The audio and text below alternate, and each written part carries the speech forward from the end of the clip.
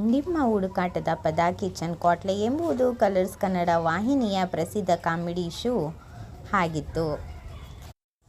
ಈ ಶೋನಲ್ಲಿ 10 ಜನ ಪರಿಣಿತಿ ಭಾಗವಹಿಸಿದ್ದರು ಮತ್ತು ಅವರಿಗೆ ತರ್ಲೆ ಕ್ವಾಟ್ಲೆ ಮಾಡಲು ಜೋಡಿಯಾಗಿ ಬರುವ ಸೆಲೆಬ್ರಿಟಿಗಳು ಜೊತೆಗೂಡಿ ಅಡುಗೆಯ ಸವಾಲುಗಳನ್ನು ಎದುರಿಸುತ್ತಿದ್ದಾರೆ. ಪ್ರಸ್ತುತ ಜೂನ್ ತಿಂಗಳಲ್ಲಿ ಆರಂಭವಾದ ಈ ಸೀಸನ್ ಯಶಸ್ವಿಯಾಗಿ ಮುನ್ನಡೆಯಿದ್ದು, ಜುಲೈ 2ನೇ ವಾರಾಂತ್ಯದಲ್ಲಿ ಅಡುಗೆ ಸ್ಪರ್ಧೆ ರೋಚಕ ಹಂತ ತಲುಪಿದೆ. ಈ ಎಪಿಸೋಡ್ನಲ್ಲಿ ಸ್ಪರ್ಧಿಗಳಿಗೆ ಅತ್ಯಂತ ಕಠಿಣವಾದ ಸ್ವರ್ಗ ಮತ್ತು ನರಕದ ಥೀಮ್ ಆಧಾರಿತ ಅಡುಗೆ ಸವಾಲುಗಳನ್ನು ನೀಡಲಾಗುತ್ತದೆ. ಈ ಸವಾಲಿನಲ್ಲಿ ಅದ್ಭುತವಾಗಿ ಪ್ರದರ್ಶನ ನೀಡುವ ಭಾವಿಶ್ ಮತ್ತು ಕುಕ್ ಆಫ್ ದ ಡೇ ಪ್ರಶಸ್ತಿಯನ್ನು ಮುಡಿಗೇರಿಸಿಕೊಂಡರು. ಡೇಂಜರ್ ಝೋನ್ ಮತ್ತೊಂದೆಡೆ ಕಳಪೆ ಪ್ರದರ್ಶನ ನೀಡಿ ಕಾರಣದ ತಾಂಡವ್ ಅವರು ಅಪಾಯದ ವಲಯಕ್ಕೆ danger ಝೋನ್ನಲ್ಲಿದ್ದಾರೆ.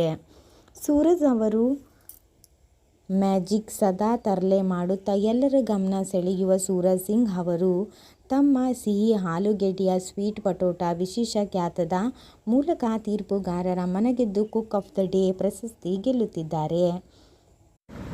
Mushroom cook of danger ಝೋನ್ನಲ್ಲಿರುವ ಸ್ಪರ್ಧಿಗಳ ನಡುವೆ ಎಲಿಮಿನೇಷನ್ನಿಂದ ಬಚಾವಲು ಅಣಬೆಯನ್ನು ಬಳಸಿ ಅಡುಗೆ ಮಾಡುವ ಕಠಿಣ ಸ್ಪರ್ಧೆ ನಡೆಯುತ್ತದೆ.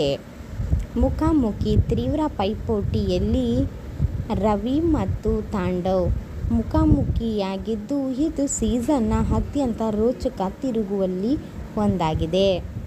ಈ ಹಿಂದಿನ ಎಪಿಸೋಡ್ಗಳಲ್ಲಿ ಸ್ಪರ್ಧಿಗಳ ಕಾಮಿಡಿ, ಜುಗಲ್ಬಂದಿ ಮತ್ತು ಅಡುಗೆಯ ಝಲಕ್ ಅನ್ನು ವೀಕ್ಷಿಸಲು ನನ್ನ ಚಾನಲ್ಗೂ ಸಬ್ಸ್ಕ್ರೈಬ್ ಮಾಡ್ಕೊಳ್ಳಿ, ಲೈಕ್ ಮಾಡಿ, ಕಮೆಂಟ್ಸ್ ಮಾಡಿ.